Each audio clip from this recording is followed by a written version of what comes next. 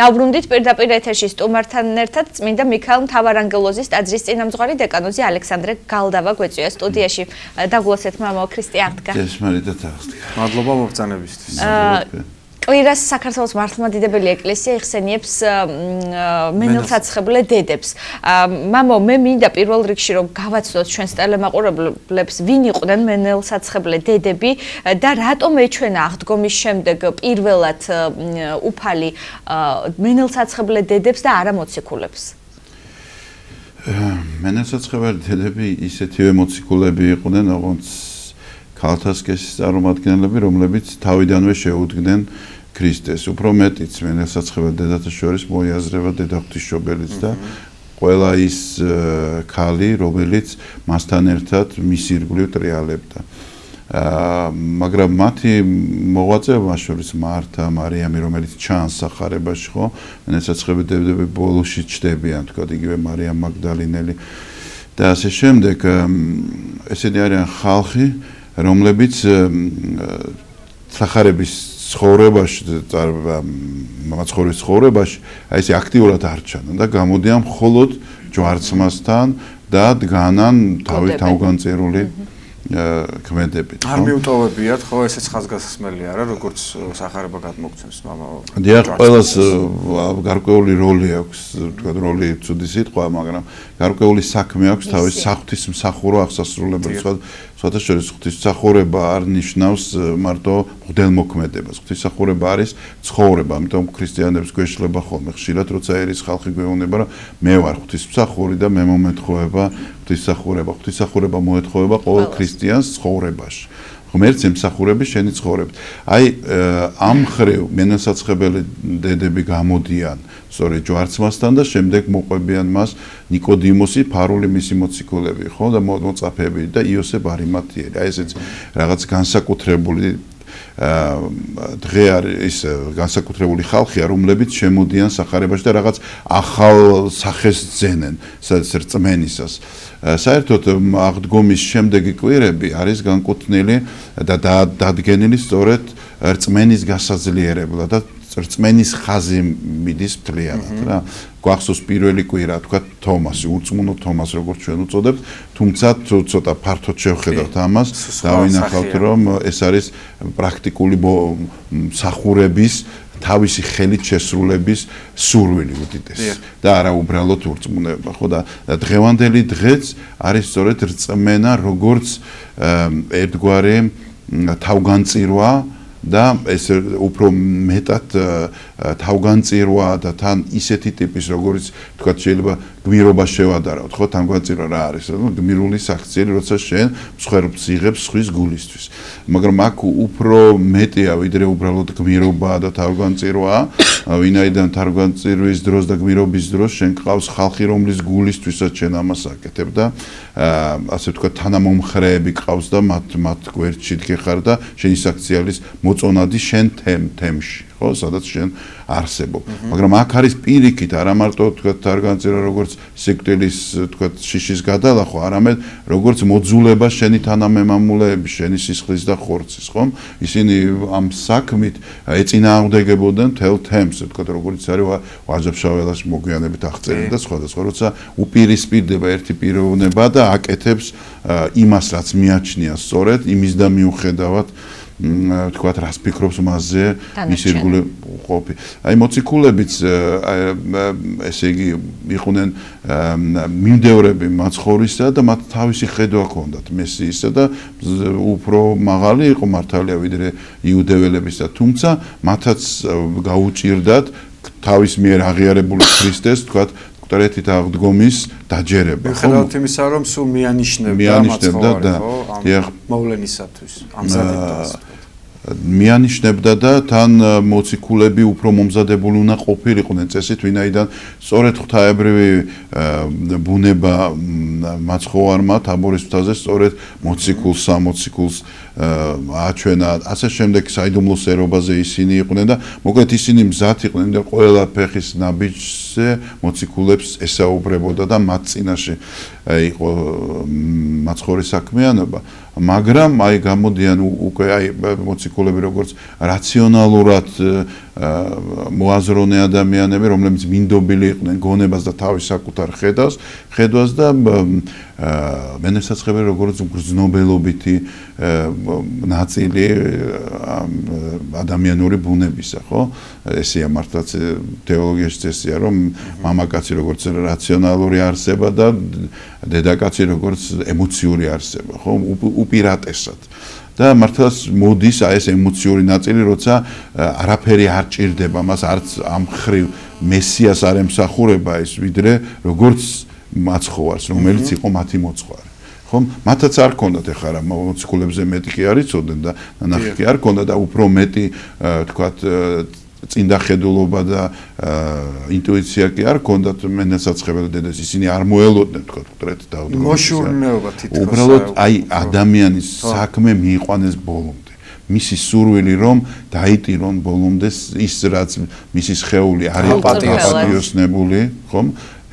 ჯვარცმის შემდეგ არ შეიძლებოდა ადამიანის ებრაული წესით დატირებაც და თქვათ გაპატიოსნებაც და დაგრძალვაც, ვინაიდან ჯვარცმა იყო სამარცხვინო სასჯელი და ამიტომ ის თემიდანაც მოკვეთილი იყო და ასე შემდეგ და აი ამას წყვეტენ და გამოდის სწორედ ნიკოდიმოსიც და იოსებ არიმათიელიც მართლაც აი დაფარული მოწაფეები და ესეც ცოტა მინიშნებაა ჩვენთვისაც რომ მაცხოვარს რამდენი მოწაფე ყავს ფარული არავინ არ იცის და ვინ ვის სულიერებაში როდის გაუსწრებს და აჯობებს და წინ იქნება ესეც არავინ არ იცის მოგვიანებით ცოტა გადავუხვევთ თემას მოგვიანებით გახსოვთ პავლე მოციქული რომელიც გვიან ხდება ხო უკვე აღდგომილი მაცხოვარი და რამდენი ხანია გასული შემდეგ ხდება მოციქული თუმცა პავლე მოციქული ხდება ხელდამსხმელი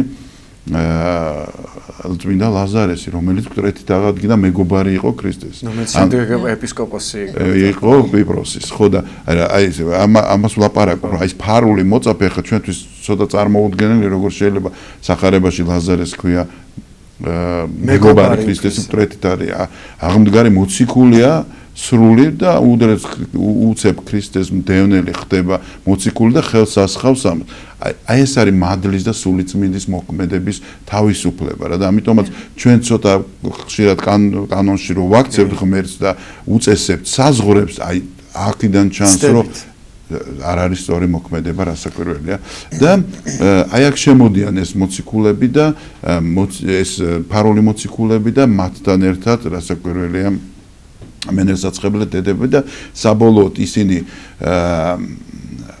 ესე სრული თავგანწირვით ემსახურებიან მაცხოვარს და გვირგვინდება ეს ყველაფერი იმით რომ მარიამ მაგდალინას პირველად ეცხადება იწმინდა ევნოქროპი ამბობს რომ 4 ჯერ მიდისო მამაო საფლავთან აქაც ხო ჩანს მისი განსაკუთრებული დამოკიდებულება 4 ჯერ მიდის საფლავთან და თან ეს სიყვარული რომელმაც შეიყვაროს მეტად ეპათია ანუ უფრო მეტად შეიყვაროსო და აქაც არის კიდევ ერთი უმთავრესი მინიშნება და აქცენტი სახარებისეული აი მართლა სუს არამიწიერობის რომ თუ გახსოვთ სახარების წინა ნაწილში სამარიტელი ცოდვილი დედაკაცია რომელსაც პირველად ეუბნება რომ მე ვარ ქრისტე არავის არ ეუბნება და სამარიტელს ეუბნება ცოდვილ ადამიანს და უკვე მეორე ცოდვილ ადამიანს პირველად ეცხადება აქაც მინიშნება იმისა რომ უფალი სწორედ ცოდვილთა და მაშვრალთა და ტვირთმძიმეთათვის არის მოსული ნამდვილად ეს კვირები თქვით რომ რწმენაზე და რწმენის გამაძლიერებელია ვინაიდან პავლე მოციქული ამბობს რომ თუ მაცხოვარი მკვეთრით არ აღსდგა მაშინ ფუჭია ჩვენი რწმენა და მართლაც ყველაზე უფრო მნიშვნელოვანი რწმენაში არის უბრალოდ ქრისტიანობაში არის რწმენა ცოცხალი მაცხოვრისა ხო მკვეთრით აღდგარი მაცხოვრისა და კაცობრიული ბუნების გამოსყიდვისა აღდგენისა ასე რომ აი შემდეგ სამარიტელის კვირაც იქნება განღვეულის კვირაც ეს სწორედ რწმენაზე დამოკიდებული და დამყარებული ბრმის განკორნების და ასე შემდეგ ასე რომ საინტერესო მომენტია ალბათ ისიც მამაო სახარებაში როდესაც ტირის მარიამი ნახეს იქ სახვევი და ესეც უცნაური იყო, ხო? ესეთი განმარტებაა, რომ იმ ნენელსაცხებლით როცა ჟღენთავდნენ, ასე ვთქვათ, ხო? ის ზედეკროდა მიცვალებულის სხეულს და ნახეს, რომ ცარიელია საფლავი ეს ერთი საოცრება, ანგელოზები, ხო, თავთან და ქვასთან, სადაც იყო დასვენებული მაცხოვრის წმინდა სხეული და თან დაკეცილია ეს, ხო? და ტირის მარიამი და თვითონ მაცხოვარი ეცხადება, მაგრამ ის ვერ ცნობს. და ეუბნება, მებაღე ჰგონია და შენ ხომ არ აიღეო ჩემი უფლის სხეული და მარიამი ხვდება მაშინ, როცა იესო გამოეცხადა, როცა ხმის ინტონაციით იცნობს თუ როგორ მიმართავდა ხოლმე იესო ქრისტე და პირდაპირ სახელს ეუბნება, ხო, მარიამ. აი ესეც უცნაურია, ვერ ცნობს, ხო? ანუ სხვა იმიტომ რომ ხშირად შემდეგ ემაუსშიც ვერ ცნობენ მოციქულები და ასე შემდეგ ეს გარკვეული ესეთი იმდენად დიდი იყო უფლის და კანდიდებული იყო მისი სახე და ფიზიკური სხეული, რომ მოციქულები ვერ ცნობენ, მაგრამ იმისათვის რომ იცნო მაცხოვარი, მოხდა მართლაც ერთი მომენტია სახარების ბოლოში, რომ მაცხოვარს ვერ ცნობენ და პურს როცა გატეხავს და აზიარებს, მაშინ იცნობენ. გაახსენდებათ ის მომენტი. უფრო მე მგონი ეზიარენ და დაინახეს უფალენ, უფლის ხედვა შეიძლება მხოლოდ და მხოლოდ ზიარებით და მასთან აი ამ ფორმით მისვლით. ზიარება ხო არ არის უბრალოდ თქვათ თხადია მიღება პურისა და ღვინის, ხო? სხვა სამზადისია, სხვა რწმენა და ასე შემდეგ. ანუ ზიარებაში ხდება ჭრეტა უფლისა. და მართლაც როცა ეზიარა და მიიმალა, ხო, გადის და მიეფარა თვალთა ხედვას. ძალიან მნიშვნელოვანია ამ ხრება. დიახ. მამო, აი ჩვენ თქვენ ახსენეთ იოსებ არიმათიელი და ნიკო დიმოსი, რომლის ხსენებაც აღევლინება მენელსაცხებელი დედებთან ერთად, ხო? კიდევ ერთი მნიშვნელოვანი მომენტია ამ დღეს არის წმინდა მეფე კეთილმსახური მეფე თამარის ხსენების დღეც, რომელიც არის უდიდესი მოღვაწე ქართველი ერისთვის, როგორც საეკლესიო ისე საერო. აი რო გითხრათ დიდმა ნაწილმა ალბათ იცის ასე თუ ისე მისი ღვაწლის შესახებ, მაგრამ მაინც მნიშვნელოვან მომენტებზე რომ გავამახვილოთ საყურადღება და რატომ აღინიშნება თუ არის ეს გამორჩეული მნიშვნელობის, რატომ აღინიშნება ამ დღეებთან ერთად წმინდა კეთილმსახური მეფე თამარის ხსენებაც? საერთოდ მენელსაცხებელი დედათა ხსენებასთან ერთად არის ყველა იმ ქალის ასე ვთქვათ დალოცვაც და კურთხევაც, რომელიც შეუდგა ქრისტეს. არა აქვს მნიშვნელობა, ვთქვათ, პერიოდს, როცა ისინი იშვნენ, დაიბადნენ და იმოღვაწევეს. კეთილმსახური მეფე თამარი სწორედ გამორჩეული იყო ამ ქრისტეს მოყვარეობით და მას მეფე შეიძლება იყოს კარგი, ვთქვათ, სახელმწიფოსთვის, მაგრამ ის არ იყოს ქრისტეს მოყვარე, ვთქვათ, სახელმწიფოებრივად კარგი იყოს და ჯანმრთელი, მაგრამ სარწმუნოებრივად ნაკლები. ამიტომ თამარ მეფე სწორედ სარწმუნოებრივი მხრივ იყო გამორჩეული და არათუ იმით, რომ ვთქვათ, კარგ რეფორმებს ატარებდა ან ეკლესიას ხარში ედგა, არამედ პირადი ღვაწლი ჰქონდა და თვითონ კერავდა, ემსახურებოდა რასაკვირველია და პირადი აი არაზრუს ხაზინიდან არ ეხმარებოდა გლახაკებს, ეხმარებოდა პირადი ნაკეთობებით, პირადი ქველმოქმედებით, აი თავისი საქმიანობით მიღებული გვახსოვს, რომ 7 მღვდელს შეუკერა შესამოსელი და ასე შემდეგ. მისი დამოკიდებულება ეკლესიის მიმართ განუზომელი იყო და ამიტომაც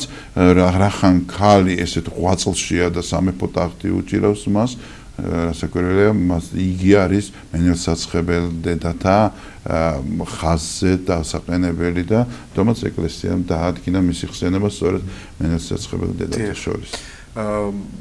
მამა ალექსანდრე, აი მოციქულთა უმრავლესობა ჩვენ ვიცით, რომ მოწამეობრივად აღესრულა, ხო? აი თუ არის თქვათ ცნობები იგივე მენელსაცხებელი დედების შესახებ, მე ვიცი რომ თქვათ რამდენიმე ასე აღესრულა მოწამეობრივად, თუ გვაქვს ამის შესახებ გადმოცემა, შემდგომი ცხოვრება მათი, ვთქვათ, აი ქრისტეს ამაღლების შემდეგ როგორ წარიმართა. მართალი გითხრათ, მარია მაგდალინელზეა, ვთქვათ, ის ქადაგებდა ხშირად, დადიოდა საქადაგებად.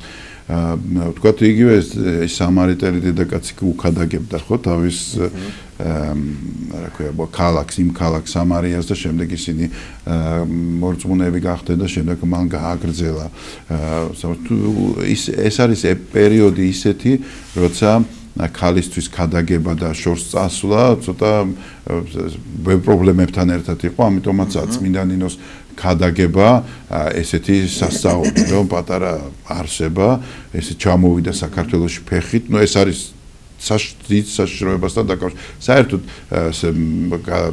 შეცვლა ტერიტორიის სხვა კულტურაში სხვა ქვეყანაში გადასვლა დიდი რისკებთან იყო დაკავშირებული ამიტომ იყო საქარავნო გზები სადაც დაცული იყო ეს და მიყვებოდა მათ ჯარი და ასე შემდეგ იმიტომ რომ სხვადასხვა ტომის სხვადასხვა მით უმეტეს რომის იმპერიის გარეთ ბარბაროსები ცხოვრობდნენ და მათთან ქადაგება სირთულებთან იყო დაკავშირებული ასე რომ თვითონ მენაცეცხებელი დედები ამ ხრივ მე აღარ მახსენდება რომ რაღაცა ჩანდნენ ისე უფრო მარიამ მაგდალინელი დიახ მამა ალექსანდრე ცოტა დრო გშოვა დაახლოებით 5-6 წუთი და თქვენ ძალიან წეღან რომ ასეთი კუთხითაც მინდა გვესაუბროთ ჩამოვაყალიბებ ჩემ შეკითხვას თქვენ ძალიან წეღან რომ აი ეს შემდგომი კვირები აღდგომისა ემსახურება სულ რწმენის გამტკიცებას ხო და დაჯერებას იმისა რომ ქრისტე ჭეშმარიტად აღსდგა თუმცა აი ამ ფონზე ჩვენ ყოფაში რომ გადმოვიტანოთ ახლა ხო თანამედროვე ქრისტიანები რომ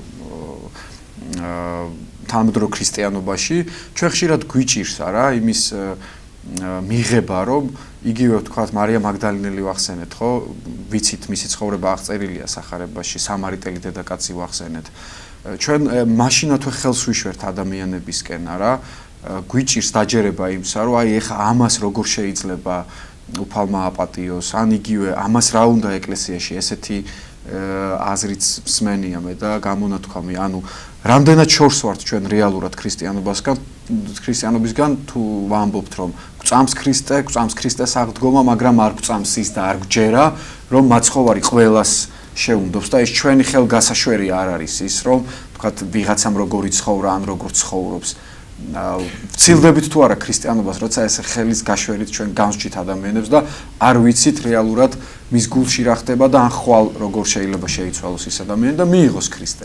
მე ჩემი პრაქტიკიდან მაგალითად უფრო ხელს იშვერს ხოლმე არა მოძღვრები, არამედ ერის ხალხი. ერის ხალხი ბრაზდება თორემ მოძღვრებს მე რამდენადაც ვიცნობ პირიქით უხარიათ ადამიანი თუ მოვა და იციან რომ ხვალზე შეიძლება ისეთი რამე ისეთი სხვათა შორის ისეთ ახსარებებს ამბობენ სწორედ ესეთი ხალხი აი სიკვდილის წინ მე მგონია შემთხვევები ისეთი რომ საერთოდ ეკლესიაში არ ყოფილა მაგრამ რაღაც საზრისი ჰქონდა ცხოვრებაში თქვათ აი კარგი ხელოვანი იყო კარგი და დაფიქრებული ადამიანი იყო გონიერი იყო და სხვანაირ ახსარებას ამბობს ვიდრე 90 წელი ეკლესიაში რო იყოს და გონია რომ უკვე ელოდება ახლა სასუფეველში შესვლას რა ასე რომ ეს პრაქტიკა სამოძღვრო გვიჩვენებს ამას ჩვენ და ამიტომ სულ ჯერდები და გვიმტკიცდება აზრი იმისა რომ არ არსებობს ესე მიტოვებული და გადასაგდები ადამიანი ღვთისგან ნაკურთხია ყველა ადამიანი ის რომ სუნთქავს მაშინ ძგერს სულიწმინდის მადლი და ვიდრე სუნთქავს შემდეგაც თვითონ სიცოცხლე ნარჩუნდება უბრალოდ ამ სული ჯოჯოხეთის ეს სულიწმინდის მადლის მოკლებაა მარადიულად კლებადობაში და მარტოობაში ყოფნა ხო ასე რომ ადამიანი არის ყველაზე დიდი არსება რომელიცაც უნდა ემსახურებოდეს მეორე ადამიანი ღვთის შემდეგ მოდის მსახურება ადამიანის და ქრისტიანობის მთელი ასე ვთქვათ უდიდესის ღვთაებრიობა იხატება იმაში რომ სასუფეველი არადამსახურებით არამედ ჯილდოთი მოგეცემა აი ეს შემდეგი კვირა რომ მოდის განღეულის იქ განღეულს აჯილდოებს უფალი არ არწმენით აძლევს არამედ აჯილდოებს და ეუბნება აღარ შესწოდა და ის წავა და დაასმენს უფალს ხო გახსოვს ანუ მადლიც სხვათა შორის მადლის ჩვენ როცა ხმარობთ აი მადლი მიიღო ხო მადლიც ნიშნავს ღვთაებრივ ენერგიას დაუმსახურებლად მოცემას ნებისმიერ სიტუაციაში როგორი მოღვაწეც არ უნდა იყოს მარია მაგდალინელიც რო იყოს ყველა შემთხვევაში მადლის ღირსი არ არის ადამიანი იმდენად დიდია მადლი და იმდენად მცირეა ადამიანი თავისი ადამიანური დაცემული ბუნებით. ასე რომ თუ ამას კარგად გავიაზრებთ, დავინახავთ, რომ ნებისმიერ ადამიანს აქვს უბრალოდ ერთი განსხვავება არის ხოლმე. არიან ადამიანები, რომლებიც მოდიან ეკლესიაში თავისი წესებით და თავისი, ასე ვთქვათ, მოთხოვნებით. და აი როგორც კი ეს ხდება, იქ ხდება ხოლმე შეზღუდვა, რომ და თუ მოდის ადამიანი სინანულით, ან უბრალოდ ინტერესი აქვს, ან რა ვიცი, შეიძლება ფრესკა აინტერესებს, უამრავი ქრისტიანი კი არა, სასულიერო პირებიც გამხდარან, სრულიად ბანალური ერთი სასულიერო პირი პარიზში მაგალითად ნასვამი ჩაგორდა სარდაფის ეკლესიაში რუსულში და იქ აღმოჩნდა ეკლესიაში მსახურება ნახა და გახდა მერე მოძღვარი, ხო? და ანუ სრულიად წვიმდა, ნასვამი იყო, შევარდა და დაინახა. ანუ ვის როგორ მოიყვანს აქ აიქაც შეზღუდვები არ უნდა დაუწეს ღმერთს და ის რაგზით თავარი არის რომ მან ნაბიჯი გადადგას დაინახოს და როგორ მოხდება ეს უკვე ღვთის და მისი საქმე. ჩვენ უნდა შევუწყოთ მოკლედ ყველას ხელი და სხვათა შორის ეს განკითხვა თითის ქნება ნიშნავს იმას რომ შენ თავს იმართლე. მე უკეთესი ვარ, ამას ამბობ შენ. როცა ამბობ რომ აი ის ცუდია, ეს ასე აკეთებს ასე შემდეგ. სხვათა შორის ამას არსებითი მნიშვნელობა აქვს ეკლესიაში რა. იმიტომ რომ ჩვენთან კიდევ ისი არა და რუსეთში საშინელება მაგხრივ მოხუცები არიან, რომელიც თითს იქნევენ ყველაზე და ყველაფერზე, მოძღვრებსაც, ეპისკოპოსებსაც, ყველას უქნევენ თითს.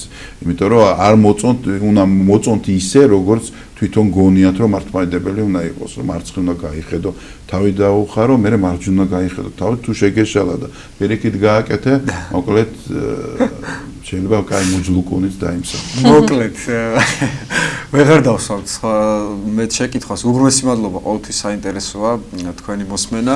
შევახსენოთ კიდევ ერთხელ ტელემაყურებელს, რომ ახლა კვირას, ანუ შემდგომ კვირას აღინიშნება საქართველოს მართლმადიდებელი ეკლესიის მიერ მენელსაცხებლე დედების ხსენება. სრულიად მართლმადიდებელი. მადლობა რომ შემისწორეთ და სწორედ ამ თემაზე საუბრობდა მიქაელ მთავარანგელოზის სახელობის ტაძრის წინამძღვარი დეკანოზი ალექსანდრე გალდავა.